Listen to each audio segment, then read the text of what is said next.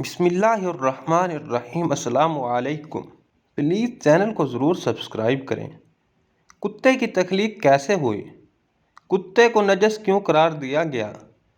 رسول اللہ صلی اللہ علیہ وآلہ وسلم نے گھر میں کتا رکھنے سے کیوں منع فرمایا؟ جس گھر میں کتا ہو اس گھر میں فرشتے کیوں نہیں داخل ہوتے؟ کتے میں وہ کون سی صفت پائی جاتی ہے جس کو انسان اپنا لے تو ولی بن جائے؟ دنیا میں کتوں کی کتنی نسلیں پائی جاتی ہیں اور خطرناک ترین نسل کون سی ہے؟ آج کی ویڈیو میں ہم آپ کو کتوں کے متعلق کچھ ایسے حقائق بتائیں گے جو یقیناً آپ کے لیے حیران کن ہوں گے۔ کتا نہ صرف زمانہ قدیم سے انسان کا بہترین ساتھی ہے بلکہ کتوں کا شمار دنیا میں سب سے زیادہ پالے جانے والے پالتو جانوروں میں ہوتا ہے۔ کتے کی پیدائش سے متعلق قدیمی تاریخ اور صحیفوں میں دو حکایات موجود ہیں۔ پہلی روایت کے مطابق کتے کی پیدائش کے متعلق امام عبد الرحمن بن صفوری نے اپنی کتاب نزہات المجالس میں نقل فرمایا ہے کہ جب حضرت آدم علیہ السلام کی تخلیق اللہ نے فرمائی اور تمام فرشتوں کو حضرت آدم علیہ السلام کو سجدہ کرنے کا حکم دیا گیا تو اس وقت شیطان جو کہ فرشتوں کا سردار تھا اس نے اس سجدے سے نہ صرف انکار کیا بلکہ اس وقت اس نے حضرت آدم علیہ السلام کے پتلے پر تھوک دیا جو کہ حضرت آدم علیہ السلام کے پیٹ پر جا کر گرا تھا، جس پر اللہ نے حضرت جبرائیل علیہ السلام کو حکم دیا کہ حضرت آدم علیہ السلام کے پیٹ سے اس تھوک والی مٹی کو ہٹا دو۔ اس مٹی کے ہٹنے سے حضرت آدم علیہ السلام کے پیٹ پر ایک سوراخ بن گیا جو کہ آج بھی ناف کی صورت میں ہر انسان کے پیٹ پر موجود ہے۔ اس کے بعد اس پیٹ والی مٹی سے کتے کو بنایا گیا تھا۔ یہ واقعہ امام صفوری نے بلا کسی سند کے نقل کیا ہے اور قرآن یا حدیث میں اس کا ذکر موجود نہیں، لہٰذا اس کو معتبر نہیں کہا جا سکتا۔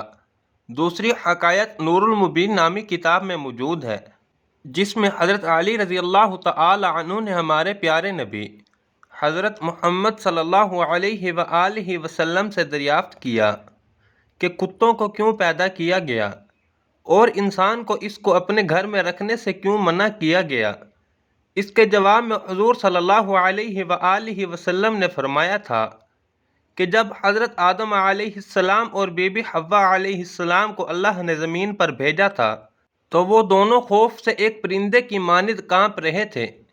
اس وقت شیطان دنیا کے دیگر درندوں کے پاس گیا اور ان سے کہا کہ تم آ کر ان پرندوں کی طرح معصوم اور کمزور لوگوں کو کھا لو۔ درندوں کو پکارتے ہوئے شیطان کے منہ سے کف جاری ہو گئی تھی۔ اس تھوک سے کتوں کو تخلیق کیا گیا۔ یہی کتے اس کے بعد انسانوں اور ان درندوں کے بیچ اللہ کے حکم سے آ گئے تھے اور انہوں نے انسانوں کو بچا لیا تھا۔ بخاری شریف کی حدیث 3227، مسلم شریف، سنن ابو داؤد اور مسند احمد سمیت دیگر احادیث کی کتب میں ام المؤمنین حضرت میمونہ رضی اللہ تعالی عنہا سے یہ روایت بیان کی جاتی ہے کہ ایک دفعہ حضور صلی اللہ علیہ وآلہ وسلم بیدار ہوئے تو غمگین اور پریشان تھے۔ میں نے پوچھا کہ حضور کیا بات ہے؟ آپ کی کیفیت بدلی ہے۔ آپ فرمانے لگے کہ حضرت جبرائیل علیہ السلام نے رات آنے کا وعدہ کیا تھا پر نہیں آئے۔